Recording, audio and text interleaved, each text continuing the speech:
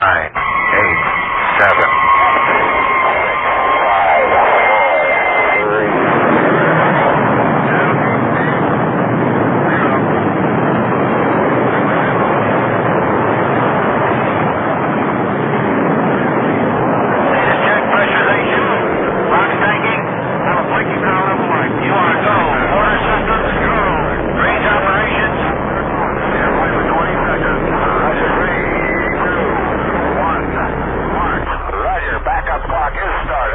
You're out there with the Spaceman, Gary Bell, on Talk Radio for Guys, Mojo Radio, AM 640. You think I'm out there? What about this guy they call Bill Gates and the Microsoft Corporation? You're going to hear some stuff about Microsoft Corporation in the next few minutes that's just going to absolutely, unequivocally prove to you once and for all this Microsoft domination has got evil intent behind it. Not only just the evil intent, but it is bound and determined to be part of the New World Order that is going to enslave us all. And right now, they can read every single message that you get, every single message that you print, every single site that you visit. They have your number. Just about every machine in the world has got the Microsoft system software installed. And if they don't, they run applications from Microsoft. But very few people know the true story behind the rise of Microsoft. And even fewer suspect the terrible cosmic secrets that are concealed inside the facade of this gargantuan software company. In the Object Linking and Embedding 2.0 Programmer's Reference, there's this very serious term. It's on page 78, second paragraph, starts with a sentence. In the aggregation model, this internal communication is achieved through coordination with a special instance of linking interface known as the controlling unknown of the aggregate. Did you catch that? The words controlling unknown. I think it's a very interesting choice of words. It's a view from space on Mojo Radio. I'm coming right back with the incredible truth of Microsoft, My Doom virus, and a possible attack on Groundhog Day that could be a day of infamy far worse than 9/11. Talk Radio for Guys, Mojo Radio, AM 640, The Spaceman. The opinions...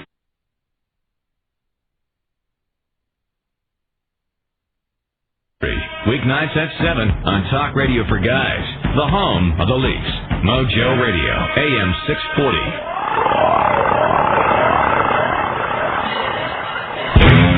All systems are go. We have liftoff. This is the D from Space Airline with the Spaceman, Gary Bell on Talk Radio for Guys. Wait a minute, Mojo Radio? I don't know this. Did we get the Starship? I'm a guy they call Space. Talk Radio for Guys, Mojo Radio, AM 640. This My Doom virus.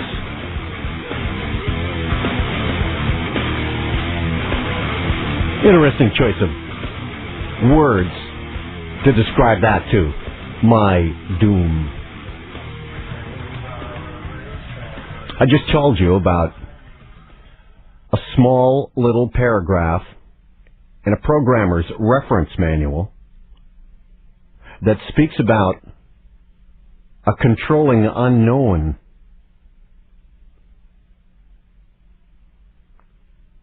And it is not the most intuitively obvious term for what it's describing,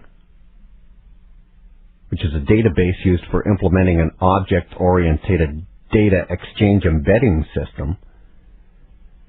But this choice of words, controlling unknown,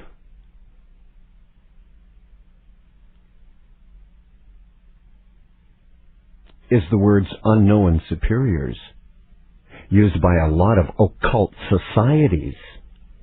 And that includes the strict observance Masonic Lodge, whose members are known as the Illuminati. A connection with Adam Weishaupt's order. Unknown superiors are the words that refers to non-corporeal or superhuman agencies in command of secret societies or mystery cults. I'm talking about demons that are known as the inner head of an order or an organization, as opposed to the outer head, who is human. You get it? Unknown superior, the inner head. The outer head, the human.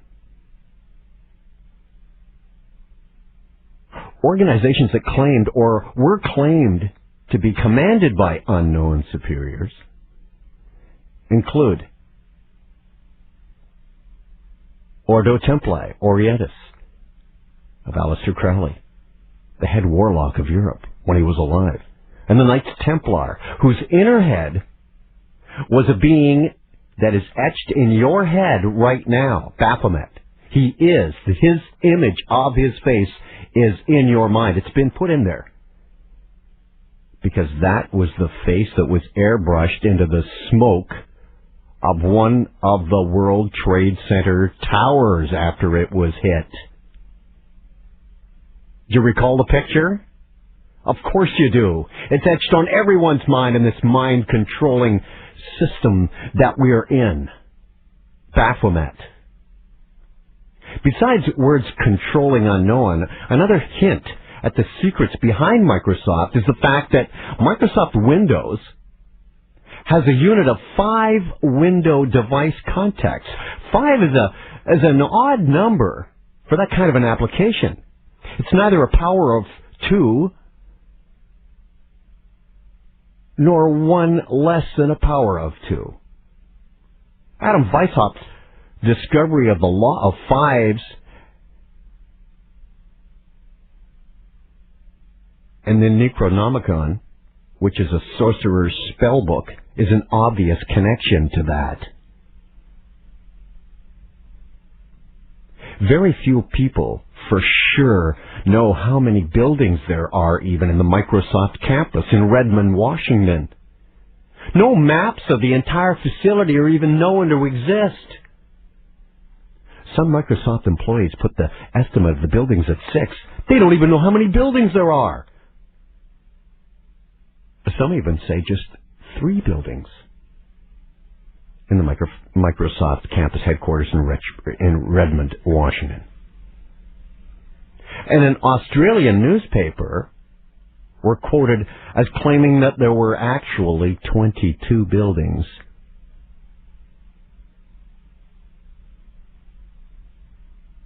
And that part is partly true. But there's another building that's hidden from the public and even from Microsoft employees. The 23rd building. Or as it's called on the campus, Building 7. It's a pentagram shape. Its exact location is known only to a very few people. Bill Gates is one. I believe.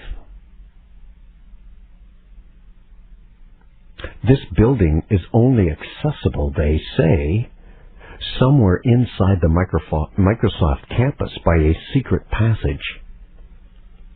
Figures, doesn't it? A back door that no one knows about. And that back door is already on your computer and my computer. It's buried in the Internet Explorer. These My Dooms and blasters are smokescreens, covers, when all the while they're fiddling with our lives in the Internet Explorer. That's why you have to keep going to them to get the patches to fix up Blaster, So Big, and now My Doom. They can do what they want when they want at will. And are they going to will it in the next 48 hours? This is their first High Witches Sabbat holiday. You call it Groundhog Day. It's in fact a pagan ritual worship 2-day holiday that requires human blood sacrifice. Back to the secret passage building. On the Redmond, Washington, Microsoft campus. What's inside this 5-sided building isn't known, but it is believed that the contents are supernatural. You laugh. You think, I'm out there. There was a similar 5-sided building in Nazi Germany. And this Pentagon building was carefully kept hidden from the public.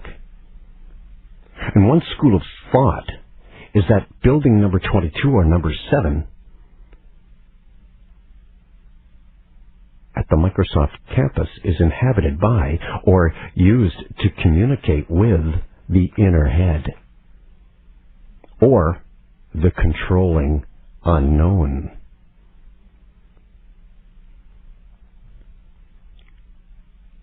Only those few that they're at the very tip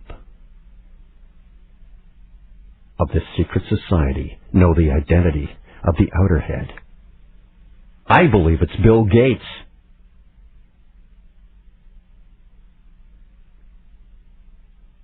I believe he's a high initiate of the conspiracy, and not just a figurehead whose purpose is to divert attention.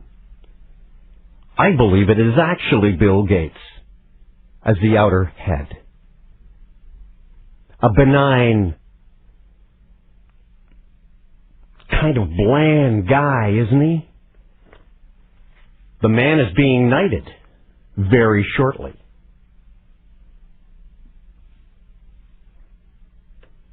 And the Queen doesn't lay a sword on someone's shoulders just because they made a few bucks. They have put this man at the top of the world's wealthiest man list. And he gets his knighthood for services to global enterprise. The recommendation that he receive that honor was made by the Chancellor Gordon Brown.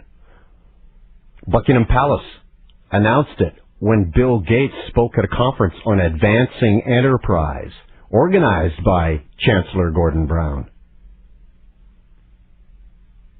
This guy's worth an estimated $40 billion. Microsoft is described as an evil empire. Other Americans, by the way, to receive the KBE include George Walker Bush, Rudy Giuliani, who covered up all of the evidence of the 9/11 terrorist attack and made sure that all of that steel was shipped out of the country in a quick hurry. Steven Spielberg, the guy that's bringing you the Mars pictures right now from Flagstaff, Arizona, has also gotten the honor. And Alan Greenspan, the Federal Reserve Bank chairman, who has been manipulating the American economy and deep-sixing it for a few years now. By the way, Greenspan was another speaker at that particular conference. By the way, this event got Tony Blair a little upset and his close circle of friends. They knew nothing about it until just a couple of weeks ago. People that attended this conference were guys like Mervyn King, the governor of the Bank of England, Jean-Claude Trichet, president of the European Central Bank, Sir Terry Leahy, chief executive of Tesco, and Lord Brown, the chief executive of British Petroleum. Bill Gates is going to be a knight. Sir Bill Gates. I believe he's the outer head.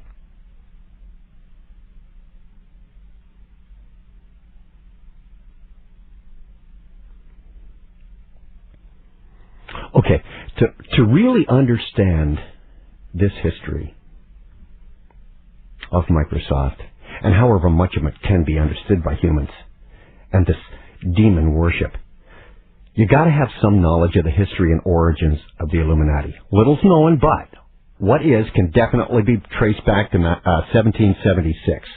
Walpurgis Night, 1776, April 30th. Walpurgis Night, a pagan ritual of building bonfires to drive away demons, is what Walpurgis Night is, celebrated by the pagans April 30th every year. And in this particular April 30th, 1776, yes, the same exact year that America became the Great Masonic Experiment. 5 men met in a cavern deep beneath Ingolstadt, Bavaria, proclaimed the foundation of the ancient illuminated seers of Bavaria using the name Adam Weishaupt, which means, by the way, the first man to know the superiors. Adam meaning the first, Weishaupt meaning to know the superiors.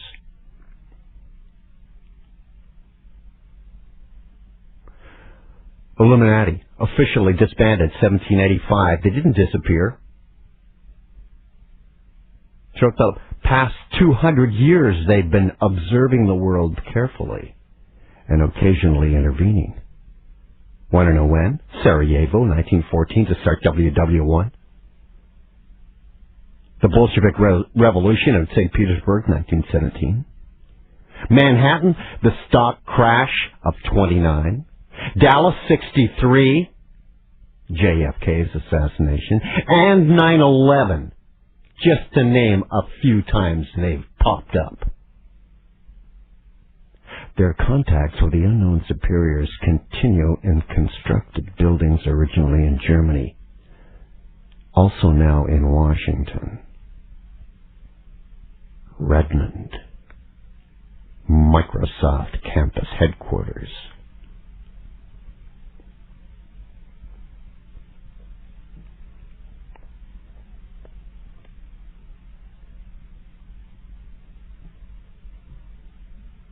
There was a book claiming to be a fantasy novel. And this book was mostly fiction, I think, but it hinted at the secrets of the Illuminati. Nobody knows whether the authors were renegade Illuminati or whether this information was acquired from information within the organization. The book was called Illuminatus. And immediately the Illuminati convened at an emergency meeting in Cesny, Turkey, where they discussed a plan to restructure the organization and to move the Pentagon of initiation to a new location. They decided on a small computer company in one of the smaller cities of the United States as a front. You know what's going to come out of a spaceman's mouth next, don't you? On Talk Radio for Guys, Mojo Radio, AM 640. Yes, that small company's name was Microsoft. Back with more in a moment. The Spaceman on a View from Space. It's Talk Radio for Guys, Mojo Radio, AM 640. Yeah, he's stupid to talk about something, but it's in a good way. The Spaceman, Gary Bell on Talk Radio for Guys, Mojo Radio, AM 640. Space on Mojo, Talk Radio for Guys, AM 640. Microsoft, the evil empire, giving us another shot of their smokescreen to cover up the real truth. What is that real truth, you ask? There is really no reason for them to unleash these viruses that you're getting on your computer. They've already got a backdoor to every single machine that has been sold since its inception. It's buried inside your Internet Explorer. There's a backdoor that can look into your computer at any moment, any time. I have trouble with my computer at home. I call up the maintenance guy, and the maintenance guy says, well, it shows right now that you're online. They don't even ask for my telephone number anymore or my postal code. They know exactly who I am.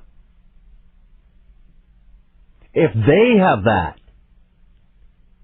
if my internet service provider has that, imagine what Microsoft, the company, has. They can look inside your box anytime they want.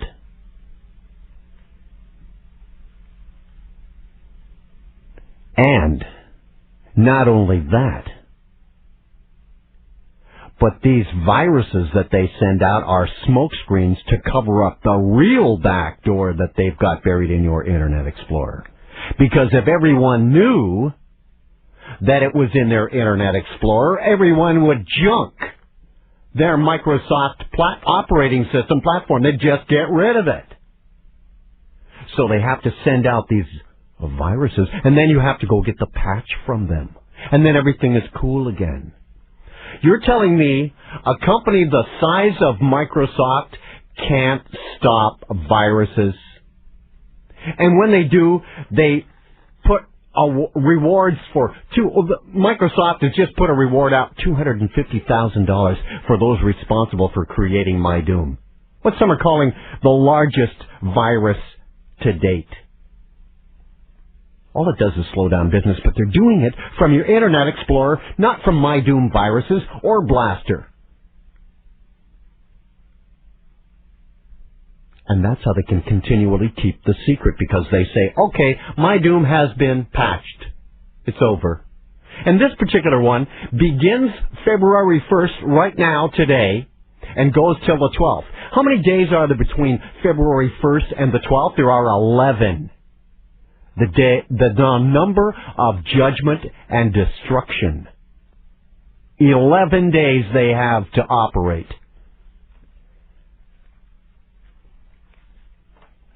An email.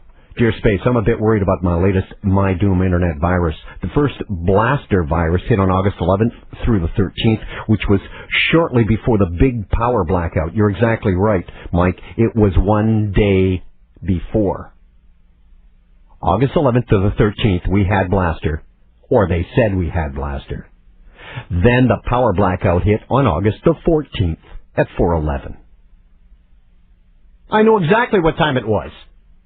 I was just going into my first commercial stop set on the Mike Stafford Show on Talk Radio for Guys, Mojo Radio, AM 640, and our first stop set is at 11, or was then. Mike goes on. There's some speculation at the time that the virus was released to gain access to the power utility. My intuition is there's something big coming up. I wonder if this virus thing could be part of it. I remember the moment I clicked on the attachment to the incomplete message. I regretted it, but by then it was too late. I may have sent out a few infected emails to my friends or business I deal with over the Internet. I apologize. I ran my virus scan, it spotted the culprit right away, and dealt with it, I think. I wonder who's behind these things, he says. This is the first one that suckered me in a long time, he said. In the last 18 hours, I got a ton of suspicious emails here at home and also at the office. And much more of it. Seems that the Blaster virus, which first surfaced last August, a couple of days before the big blackout, there's something about this one, My Doom, that is giving me the creeps. First, it's too big. And second, what is the back door in the computer for? And how can I be sure that after cleaning the infected file, that any command it sent out to open a secret portal is now inoperative? Anyone know? Signed, Mike. I got to tell you, Mike, the viruses going around are a smokescreen. One more time, I will say it. The evil empire of Microsoft has it cleverly, secretly, and are laughing at you. It's buried in your Internet Explorer. They get in when they want to. My Doom virus. Activating February 1st today. It will use any affected computer to attack a specific website. We're talking about, yes, folks,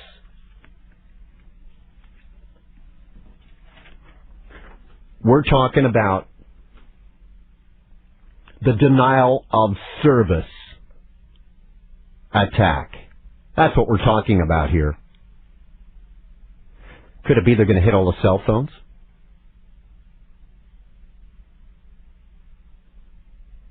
Could it be they're going to cripple airports? Could it be this denial of service is going to close down banks? Could it be the power blackout one more time? What do they have up their sleeves? Check this out. Groundhog Day, February 2. I've done the show on it already. An attack could be imminent. Didn't say it was going to happen, said it might happen. The numbers are there. Groundhog Day, February 2, 33rd day in the year. And even better, since this time around it's a leap year of 366 days, you know how many days there will be left in the year after February 2? 333.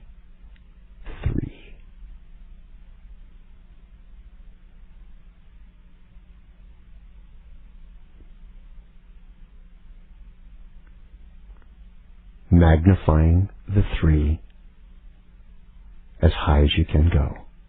And if that's not enough, we are also now in the zodiacal sign of Aquarius until February 19th. And what supposedly is spirit and opportunity looking for in Mars? Water. Aquarius, water. And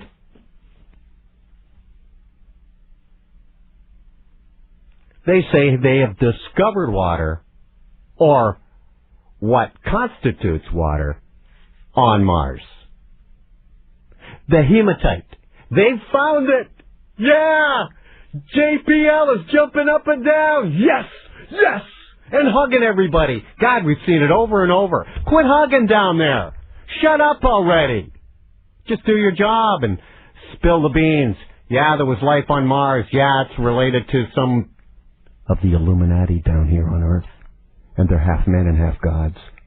And we're their slaves. Why don't you just say it? Why don't you just admit it?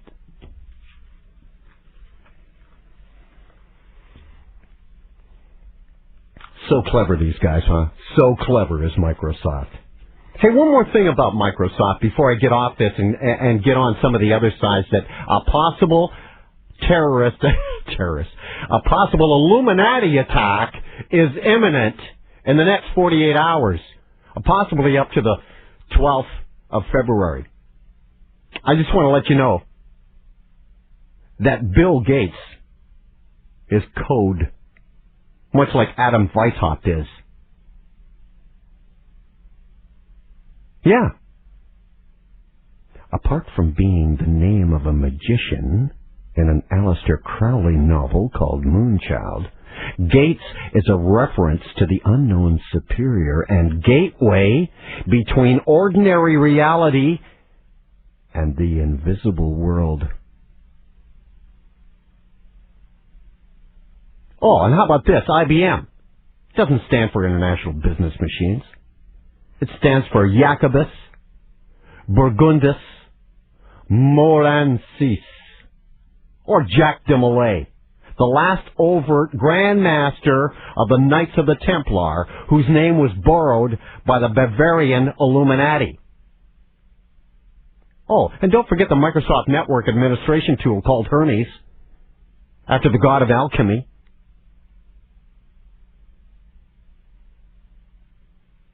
And that a line in Umberto Eco's novel, Foucault's Pendulum, reads quite clearly, Microsoft Hermes.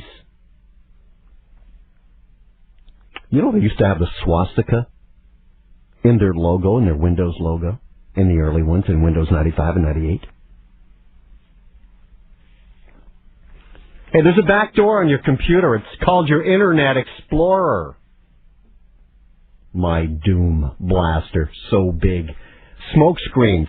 You and I are living in a world of unreality. It's like a virtual world they've built for us. They lie about your economy. They lie about your politicians. They lie about their wars. They lie about their movies. They lie. None of it's true. It's all an illusion. None of it's real. It's like Bill Murray in the damn movie Groundhog Day. He's a virtual person. Get it? And that's coming up. Only it's not Groundhog Day to them.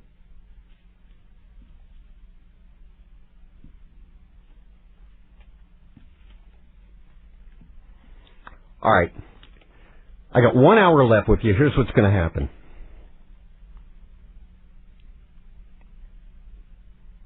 I'm going to give you the proof. I'm going to lay it out for you. All of the signs that say there is an attack imminent. And I'm not saying there is one, all right?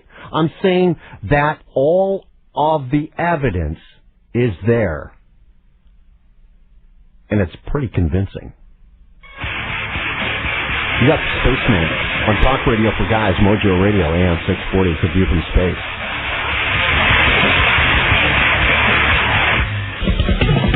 The opinions and advice offered on this show may not be right for everyone and do not necessarily reflect the views of Mojo Radio.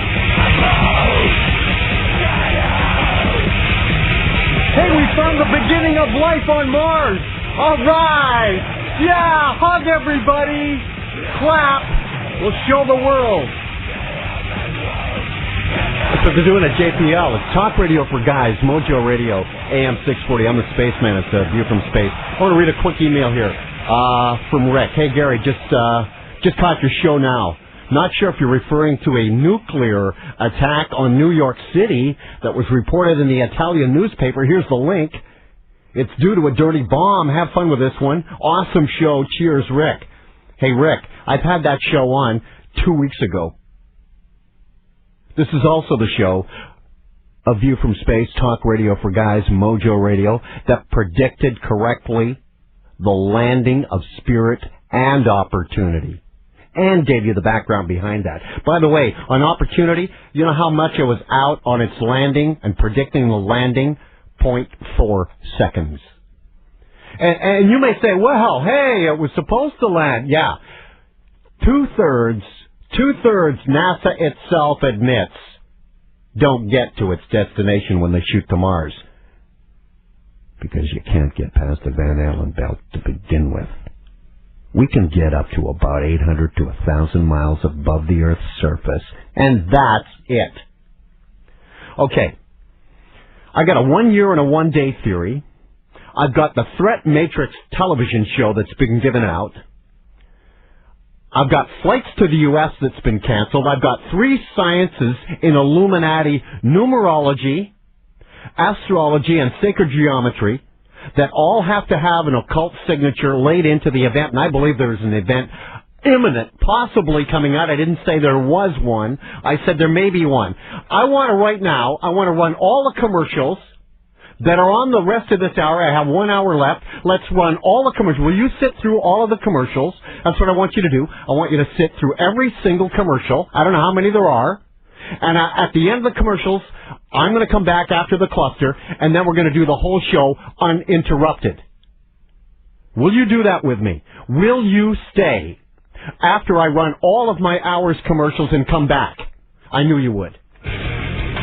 Talk Radio for Guys, Mojo Radio, AM 640. Spaceman promised to be back with some incredible, enlightening information. Information is power. Power is knowledge. Knowledge and power. That's what you want to talk.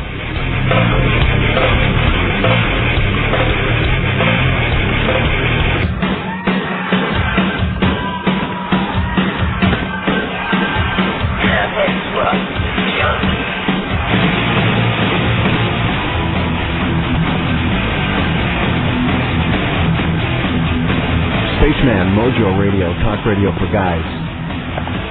AM 640. And guess what? For the next 45 minutes, 47 minutes, no interruption. Just you and me against the world. Jonathan writes, hey, Gary. I'm not too sure, but when you were discussing how Gordon Brown arranged for Bill Gates' conference and subsequent knighthood, I sort of got the impression that Tony Blair might not be in the loop. He does seem to be much more of a pawn and not in control much. Gord Brown scares me. I don't like him a lot. I don't trust him in the slightest. Although I was born and raised in Toronto, I live in London, the UK now, and I'm fascinated at what is going on. Jonathan. Yeah, you're surprised they listen on mojoradio.com in London, England? I'm not. Not one bit. Fred writes, hey, Space, here's some good news. I avoid Bill Gates' back doors. My computer's Microsoft free. Not only do I use a Macintosh, I killed Internet Explorer, the various iterations of his email program, Outlook, and Windows Media Player.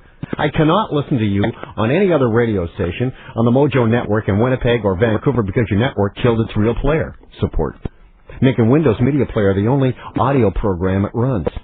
Since I will not load a Microsoft product on my computer, it's deaf to you. Is Mojo part of the conspiracy?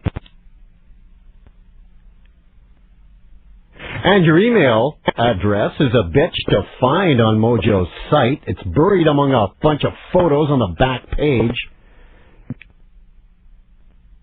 If you believe what you preach, Space, you should dump your Windows box and go to a Mac or wipe the drive and load Linux. Sincerely, Fred. I'd love to, man.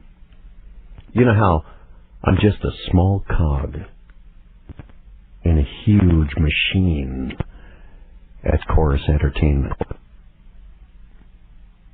They just let my mouth loose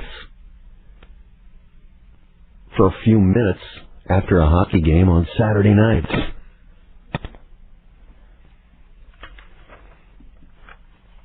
I got one line open, haven't taken a call yet.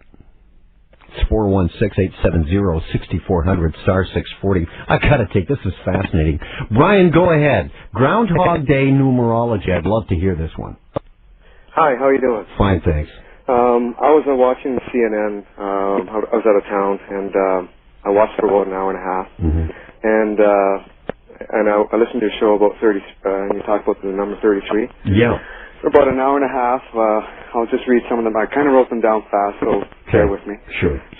One was shark attacks have decreased 30% over the past 3 years. Yeah. There's a 33. Yeah, CNN plays this number game all the time. Go ahead, I want to hear more. Third year since 9/11. 30th terrorist attack has been diverted. There's another one. 3-week system prevented 30 attacks. Mm-hmm. And again, with the 11 and the 9, yeah. 2,900 people hospitalized by flu, 9 and 11. 9/11, yeah. 11,000 troops in Afghanistan. Yeah. Homeless man, it says 8 months in jail, released after accused of assaulting 3 girls, 8 and 11. Mm-hmm. Hershey says profits rose 11%. Yeah. 2.25 billion to be paid for something, 2,259.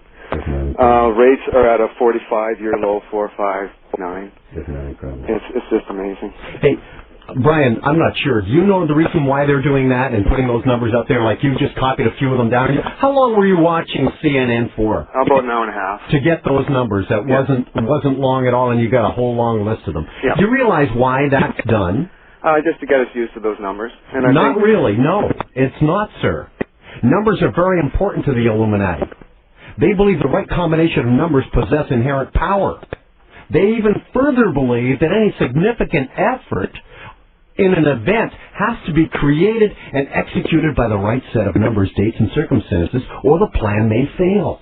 Get it? Yeah. Now do you understand? I understand. This attention to detail then creates an observable occult signature, which you've just talked about, Mm-hmm. which can easily be identified if you know what to look for. Exactly. Occultists will determine everything they do based on three sciences or methods. You know them?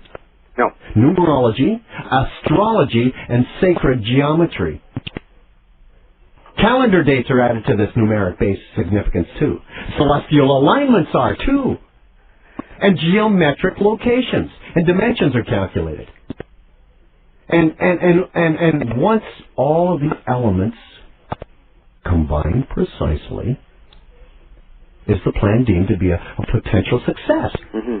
I'm thinking the 30 and the 3 is maybe February 2nd, as you said. It's the 33rd day, and it's just a warm up, just kind of letting you know that things are going to break loose. 33, by the way, is the highest that you can achieve in the Illuminati order. Okay. Mm-hmm. So that's why 33 is large. Mm-hmm. And Christ, by the way, was aged 33. And that's why they. Yep. Yeah. It's amazing. I just want to say, Space, I want to thank you for the info. You helped me understand and prepare myself for, the dark force, their next or final attack. And I just want to, talk to the people out there to be told, it's good for you to tell them. And you know what? It's like in the days of Noah when I try and tell anybody this to tell me I'm crazy. You can't, and we can't beat these people with violence. We have to send a positive energy out there with our thoughts. We got to send the love out into the universe, and more people have to do that, and that's the only way we're going to beat them. And to know every thought is a prayer. So every thought that you send out there, it's got to be a positive one. Thank you so much, Brian, for that call. Okay, thanks. 1 year ago today is an example of this catastrophic event I just talked about. You know what it was? 1 year ago today, at 9 a.m. This morning, later on, Houston loses contact with Columbia. You're watching the Super Bowl later today. You're going to see a huge outpouring of emotion for the astronauts of Columbia. They will do a salute at this year's Super Bowl later today. And where is that Super Bowl being played? The very city that lost communication with Columbia at 9 a.m. February 1st, 2003, Houston, Texas. And here's that occult signature that combines the three sciences, numerology, astrology, and sacred geometry, with a space shuttle, Columbia, disintegration. By the way, Chinese New Year. Yeah, lunar calendar. Numerology. Columbia was 22 years old, double 11, the number of judgment and destruction. Columbia was planned to touch down at runway 33, the Kennedy Space Center. Triple E11, the highest possible magnification of the number 11, meaning judgment and destruction. Okay, that's the numerology. Now the astrology. February 1st, 03, a new moon, the darkest night of the month. February 1st on the satanic calendar is Imbolc, the first of 8 annual satanic sabbats, each of which requires innocent human sacrifice. Okay, that's numerology, astrology. Now what about the sacred geometry and their Columbia disintegration? Sacred geometry, the breakup occurred over Dallas, Texas, which lies on the 33rd degree parallel. So does Baghdad, by the way. And Palestine, Texas was also mentioned in the news reports because of one Israeli astronaut aboard.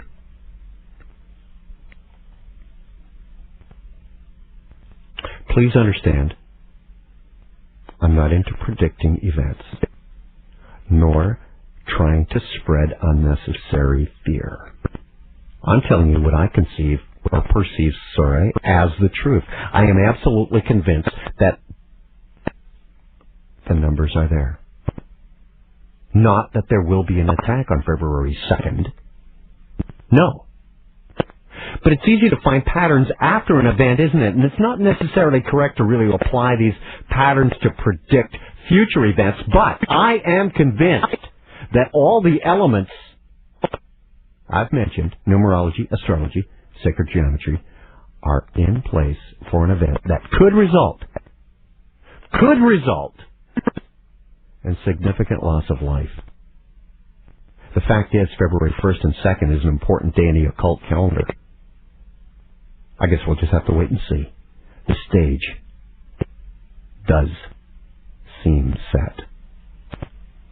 You see, anybody wishing to become a member, there are no commercials, by the way, on Mojo Radio, Talk Radio for Guys, AM 640, here with A View from Space. We've played them all. Yeah, we just played them all. But you heard every single one, didn't you? And no sponsor was harmed in the exercise. Now we have some time to spend together. Now, anybody wanting to become a member of a satanic organization has to go through a waiting period. Did you know that? Oh, yes, you do. 1 year and 1 day. So, if somebody wishes to join a satanic church on September 10th, say, of 2000, they cannot be formally considered a member until September 11th of 2001. And that is precisely what happened on 9/11. The terrorist attack of 9/11 occurred exactly 1 year, 1 day after the closure of what's called the State of the World Forum, which was the final stage of putting in place the Antichrist program, the New Jerusalem Covenant. By the way, guess where the meeting was held? New York City. 1 year, 1 day later, that conference location was baptized with fire by 2 airline crashes into 2 of the tallest buildings on Earth, the 2 Babel Towers of Earth.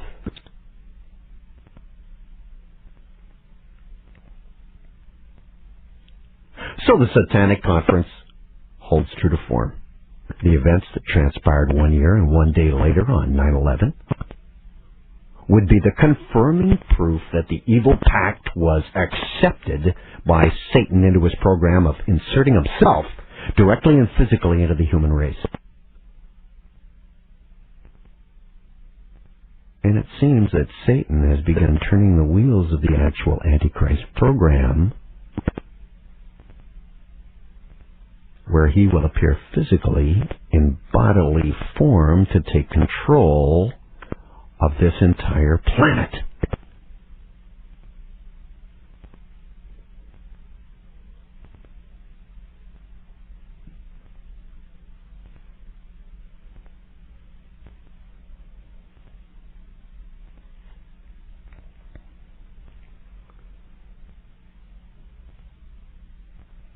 So, what does all this have to do with February 2nd, 2004? Tomorrow.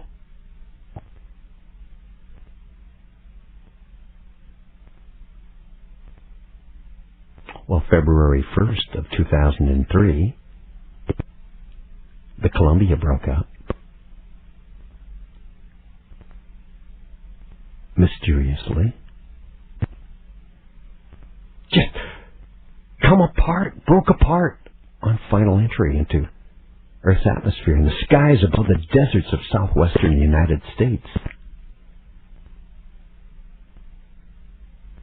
See, Columbia is the name of the mythical goddess America. It was actually a pseudonym for the goddess Ishtar of Babylon. The destruction of Columbia, by its very name being the symbolic embodiment of the United States, is a subtle yet very real occult indicator that America's days as an independent nation are gone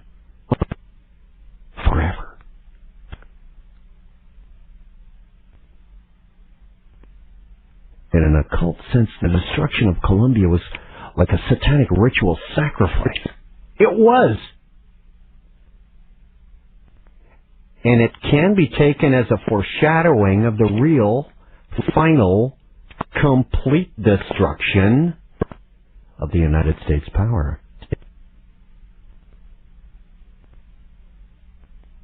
At least this is how the occult theoretical doctrine is apparently supposed to be understood. Now, if this symbology is valid, and nobody knows for sure, but if this theory is correct, and if we are in the process of the completion of the 1 year and 1 day ritual, then what would follow logically would be the destruction of the United States power, or at least significant loss of power on the 1 year, 1 day rule. And the day I'm talking about, the day I'm concerned with, is February 2nd, 2004. It's 1 year and 1 day after the Shuttle Columbia tragedy, the sacrificial offering.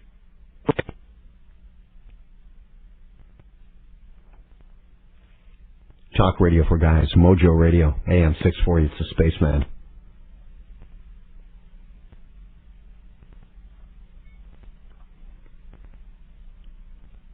So I can take a call. Sydney, you're on with Space, go ahead. Hi, just wanted to tell you a little bit about the back door that's making the rounds. This is the history of the Promise software, and that's the back door that's spying on everybody. In the first place, it was invented by Bill Hamilton, and he was known as Inslaw. And he rented it to the Department of Justice, but they wanted to own it. He didn't want them to own it.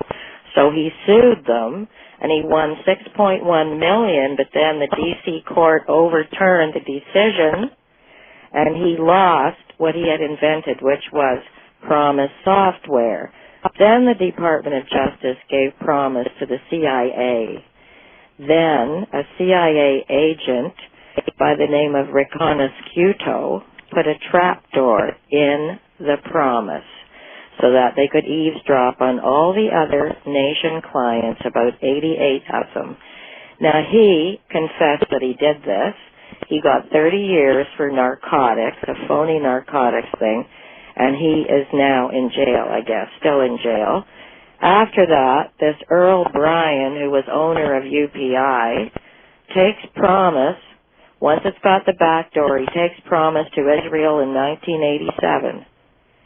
Then the British publisher Robert Maxwell starts distributing Promise on behalf of the Mossad. He's dead now too, isn't he? Oh yeah, Maxwell died and very suspiciously. So the real back door that's been making the rounds ever since the CIA put the trapdoor in it. Every nation in the world has all their information's going out through that back door. And of course, as I said, Earl Bryan, who owned UPI, takes Promise. In 1987, he demonstrated it in Israel. You're talking UPI, United Press International, correct? Yes. Everybody reads them every day. Go ahead. That's right. After pirating Promise, he took it to Israel, and then the Robert Maxwell, the publisher, started distributing Promise on behalf of the Mossad.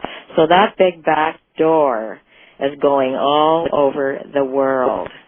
And that guy that invented Promise, when it didn't have a back door, he lost it. He lost out. The decision was overturned. And the Department of Justice, who wanted to have that Promise all along, he said, no, I'll lease it to you, but it's mine. I don't mind if you use it. You pay rent. They didn't want to do that. They wanted to own it. And by means, not very straight means, they got it from him. So now, then it had the back door put in it by the CIA. And of course, the CIA and the Mossad worked together. Everybody knows that. And then it was taken over to Israel. So that's the back door. Everything we do goes in that back door. I'm not allowed to know. Every nation. Mm-hmm. Not a lot of people know even who the Mossad is, Sydney, and I just wanted to say that's the Israeli equivalent to the CIA. Absolutely. And are indeed Illuminati. It's nothing to do with Judaism. Mm-hmm. Thank you so much So for your that's call. the And history on that. That's so interesting you would bring up the Promise software. Yeah, that's your back door. Thank you so much. You're welcome. Will something happen on February 2, tomorrow? Not Sunday, Monday. I just don't know for sure.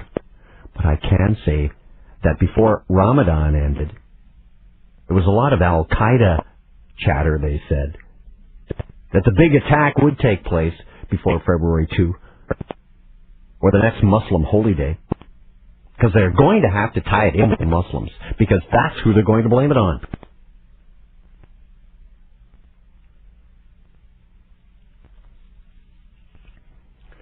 Do you know Mojo Radio, Talk Radio for Guys, AM 640, A View from Space, that TV execs met to discuss coverage of the next attack in the United States? Yeah.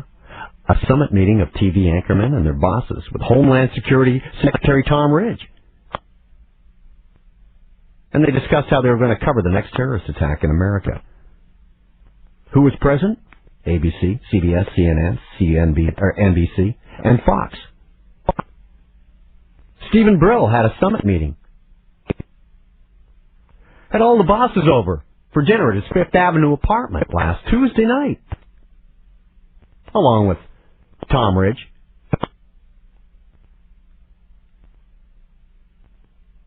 Brill's got this book out called After.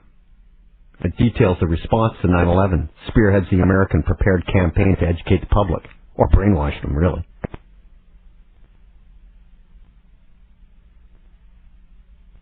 So the article fell into my hands. Joining Brill, his wife Cynthia, and 2 other kids for dinner were Fox Channel boss Roger Ailes, ABC newsman David Weston, CBS News chief Andrew Hayward, and the guy I affectionately like to call the priest, CNN's anchor Aaron Brown. He's so soothing at night and so friendly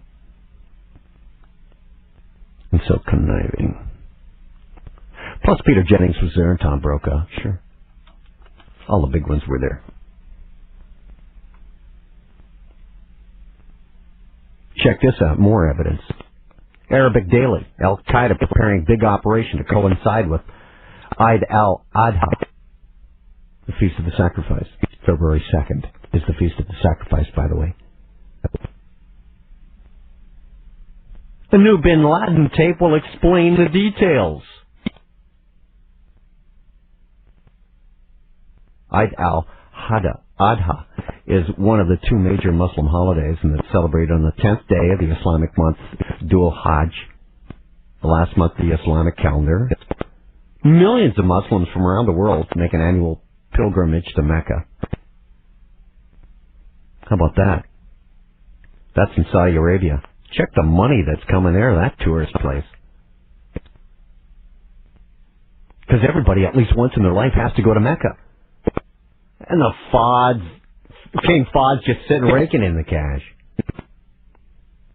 As well as all the oil he's sitting on with his British American buddies. Information coordinator for the Sahab Institute, which is associated with Al-Qaeda, they say, said that, when I say Al-Qaeda, I mean Illuminati, okay?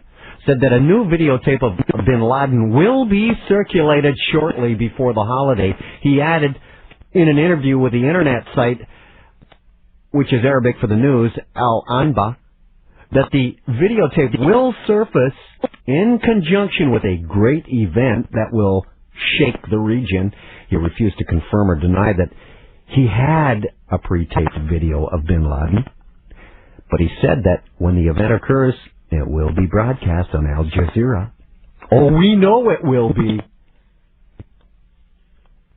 That's where the BBC gets all their Bin Laden hits from. Spin that one more time, boys. Here's some more. Threat Matrix. Ever watch that television show? It's conditioning people to be ready for a dirty bomb, atomic attack on a large metropolitan city. For the past couple of years, this show has been steadily conditioning you to believe that Al-Qaeda is likely to attempt to destroy America with a nuclear device.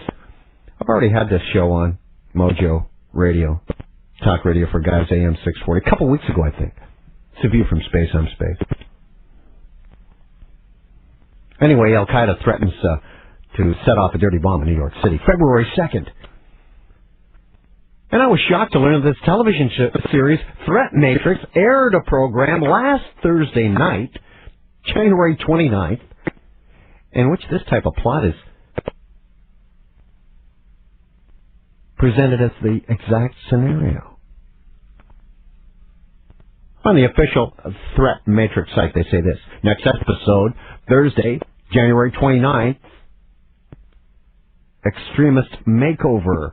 In order to avert a deadly radioactive blast, the Threat Matrix team has to work with an unsure suspect to identify terrorists who, after plastic surgery, now have new faces. If you're not familiar with this program, by the way, here's another segment of the show's official website that blatantly shows conditioning for United States Homeland Security. And I quote, right off the site, Threat Matrix is a one-hour drama about a highly specialized elite task force created to respond to the Threat Matrix Report, a document that is presented to the President every morning, identifying the current greatest threats to U.S. security. The team's mission is to keep the country safe from international and domestic threats, using their combined expertise, cutting-edge technology, to help them fight the many faces of terror and enemies determined to destroy our way of life, taking audiences behind the headlines and into the world of Homeland Security. Threat Matrix dramatizes what we are doing in the world of Homeland Security while we are doing it and whether or not it is working. You know, the last season's series of 24 revolved entirely around a thermonuclear device that was planned for a big city.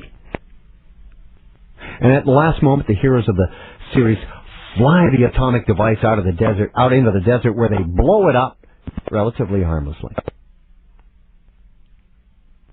Americans are definitely being conditioned to a coming nuclear attack on one or more of their cities, either using a dirty bomb, radiological device, or an actual nuclear bomb.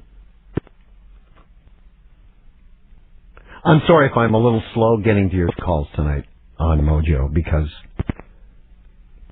a little shortened show tonight, but a lot to get to you.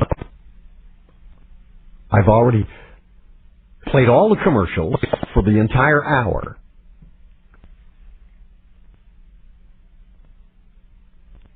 And I'm sure each and every single person listening sat through them.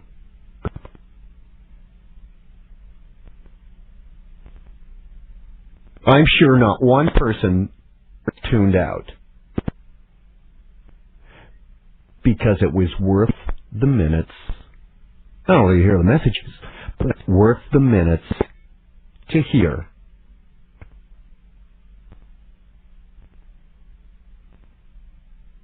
some truth. Someone coming out and saying what you're thinking. We're living in a virtual world. They're lying every chance they get to you. Conditioning you. Americans are being politically conditioned even for the most deadly part of the plan, and that is, as General Tommy Franks prophetically conditioned them not too long ago, when he said, if the United States is hit with a weapon of mass destruction that inflicts large casualties, the Constitution will likely be discarded in favor of a military form of government. We're talking martial law, battening down the hatches, kicking the draft in. And I think the conditioning process is picking up speed and intensity. They got Super Bowl Sunday coming up here, you know. They're not going to lift the terrorist alert to orange like they did at Christmas time. And yet British Airways and Air France yesterday, Saturday, announced cancellation of 7 flights to and from the States because of security concerns. BA canceled 4 flights between Heathrow and Washington on Sunday and Monday, the 2 days coming up here, and one from Heathrow to Miami on Sunday. Air France canceled 2 Paris to Washington flights. And this is crazy. This BA Flight 223 to Washington's Dulles Airport is not going to fly on Sunday, today, or tomorrow, Monday. It was to have taken off Saturday afternoon, but it didn't. And Flight 222 from Washington Dulles to London also was canceled for today and tomorrow. British Airways Flight 207 to Miami is not going to fly on Sunday.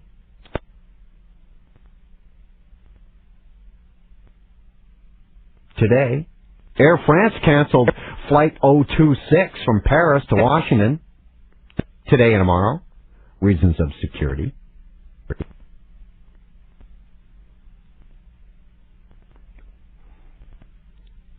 British Airways said they made their decision on the advice of the British government.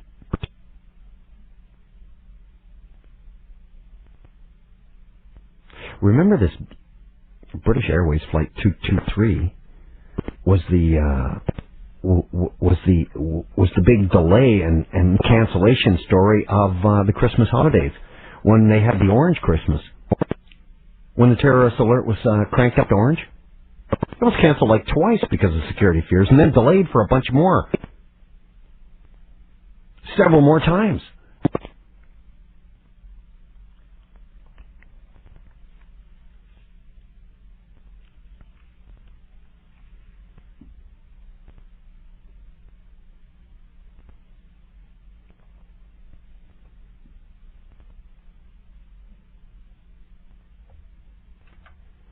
Hi, Dan. It's the Spaceman on Mojo Radio, Talk Radio for Guys, AM 640. Go ahead.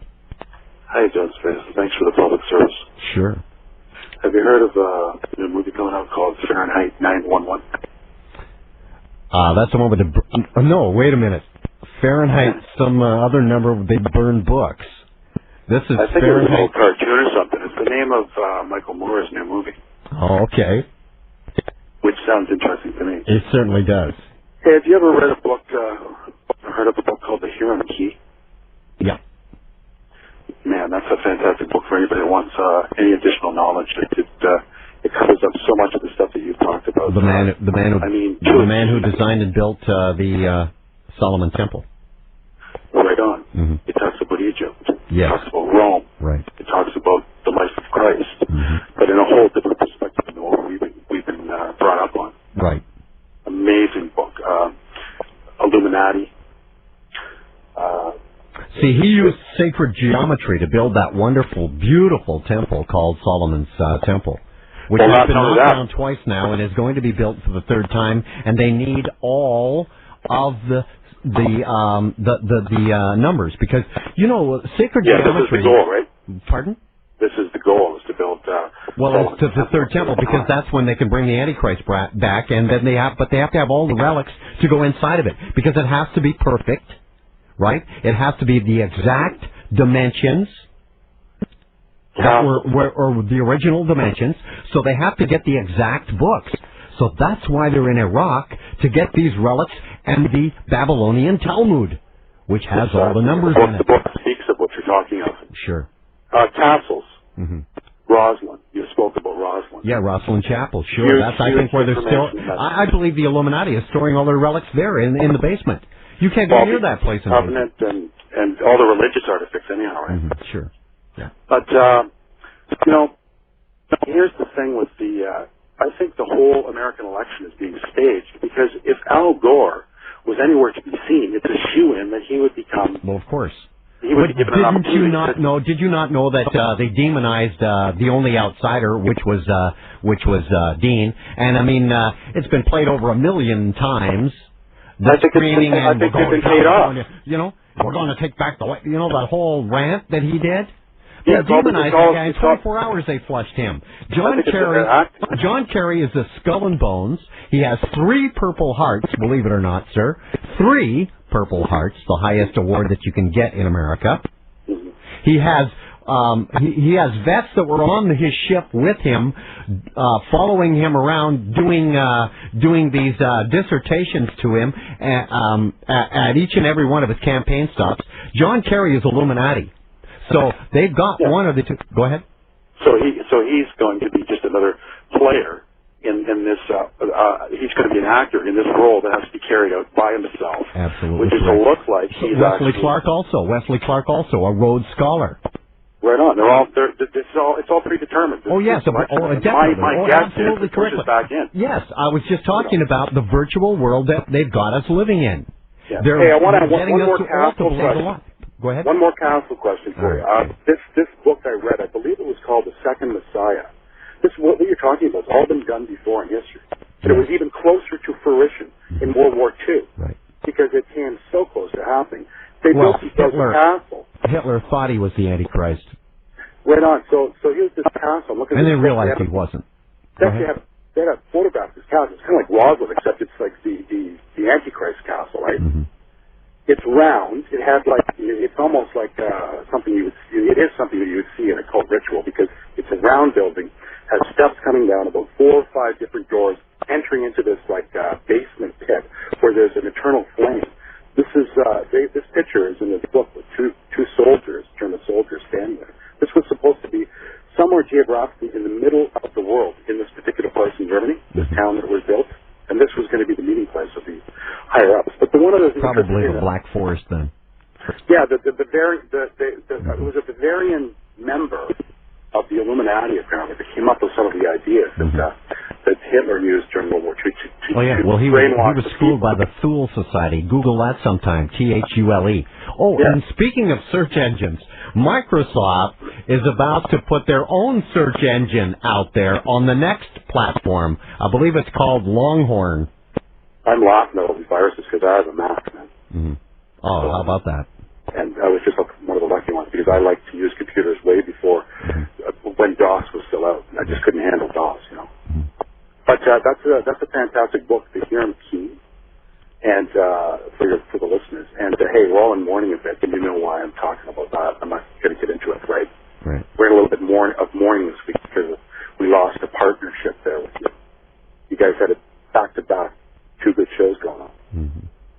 But listen, I know you got big shoulders, brother, and keep it away from the local stuff. And we're going to be on for a little while longer, I hope. Thank you for the call, Dan. Thank you so much. It's Mojo Radio, Talk Radio for Guys, AM 640. Hello, Justin. Spaceman, how you doing? Nice.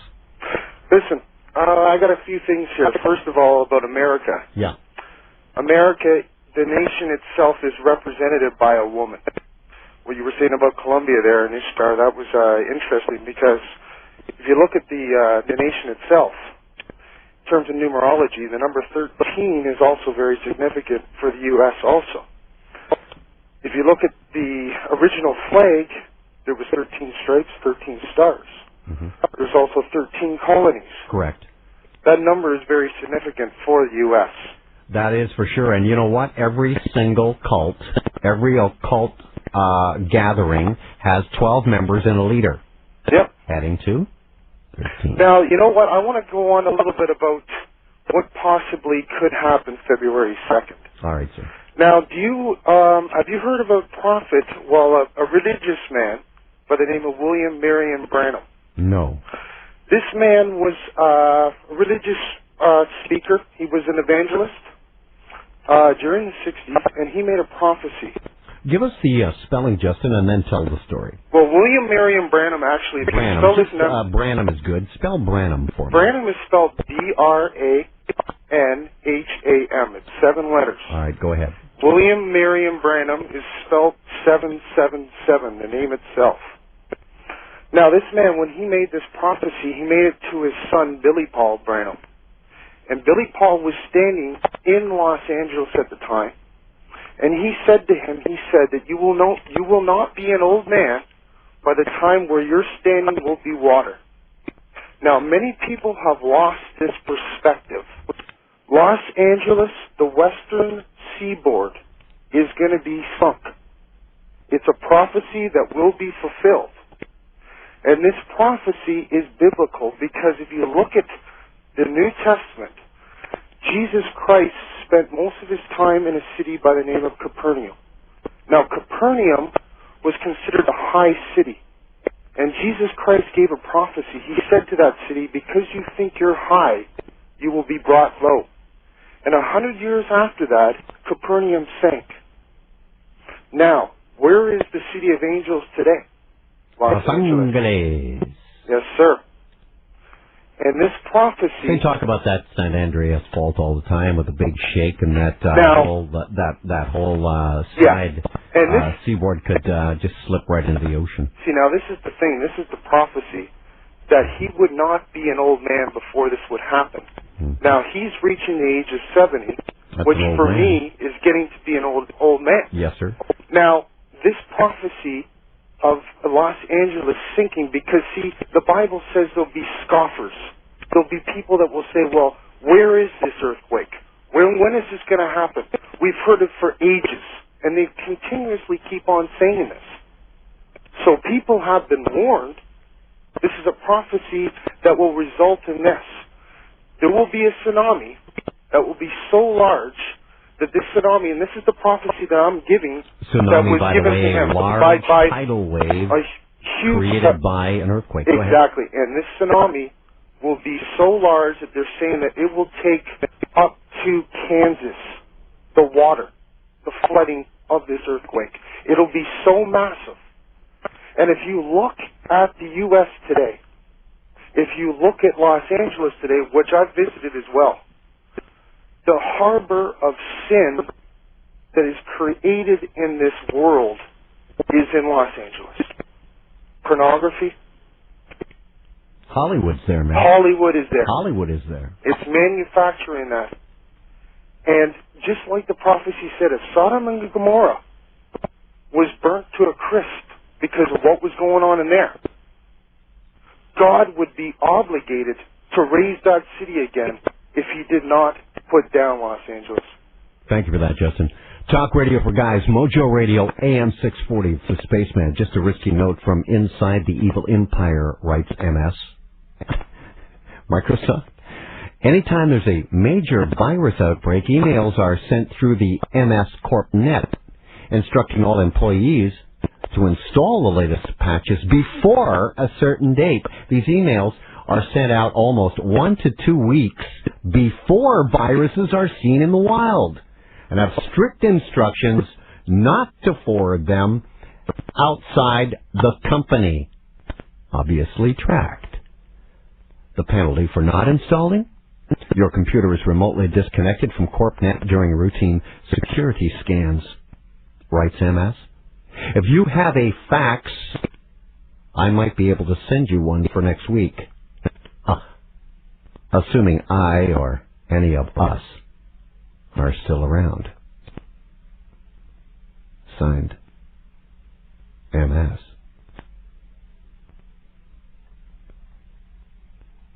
Did you get that? Major virus outbreak in the Microsoft Corporation network. Emails are sent throughout the net instructing all the employees to install the latest patches before a certain date. And these emails are sent out 1 to 2 weeks before the viruses are even seen, and have strict instructions not to forward them outside the company. Wow.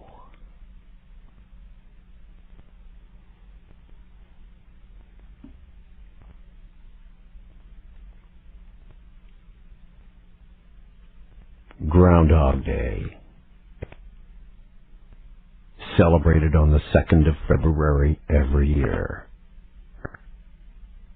According to legend, the groundhog's behavior on this day serves as a predictor of weather. If the groundhog comes out of his hole and sees his shadow, he predicts harsh conditions for the remainder of the winter and returns to his hole to hibernate for 6 more weeks. If he comes out of his hole and does not see his shadow, he predicts an early spring and stays out, ending his winter hibernation. They're sun worshippers, get it?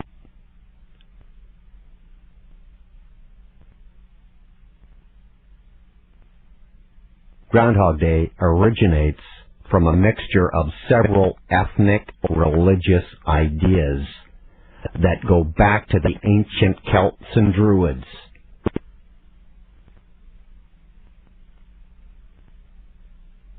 The Celts called the first day of spring Imbolc,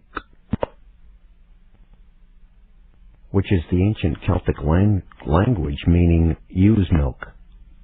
The day of Imbolc marks the coming of the lambing season, when ewe's milk would be in plenty. Celebrations were held in honor of Bridget, the Earth Mother and goddess of fire and fertility. Later, the Catholic Church stepped in and changed that to Candlemas. If Candlemas be fair and bright, winter has another flight. If Candlemas brings cloud and rain, winter will not come again. Central Europeans added an additional concept to that Candlemas legend.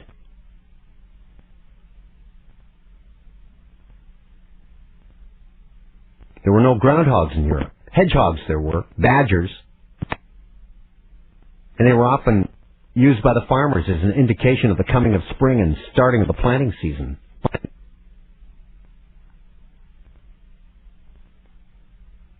And they brought it over to America. Many of those German immigrants settled in Pennsylvania and were often referred to as the Pennsylvania Dutch. That's the biggest Freemason state of them all. Tom Ridge, Homeland Security Chief's from there. He was even governor. The so-called Liberty Bells located there.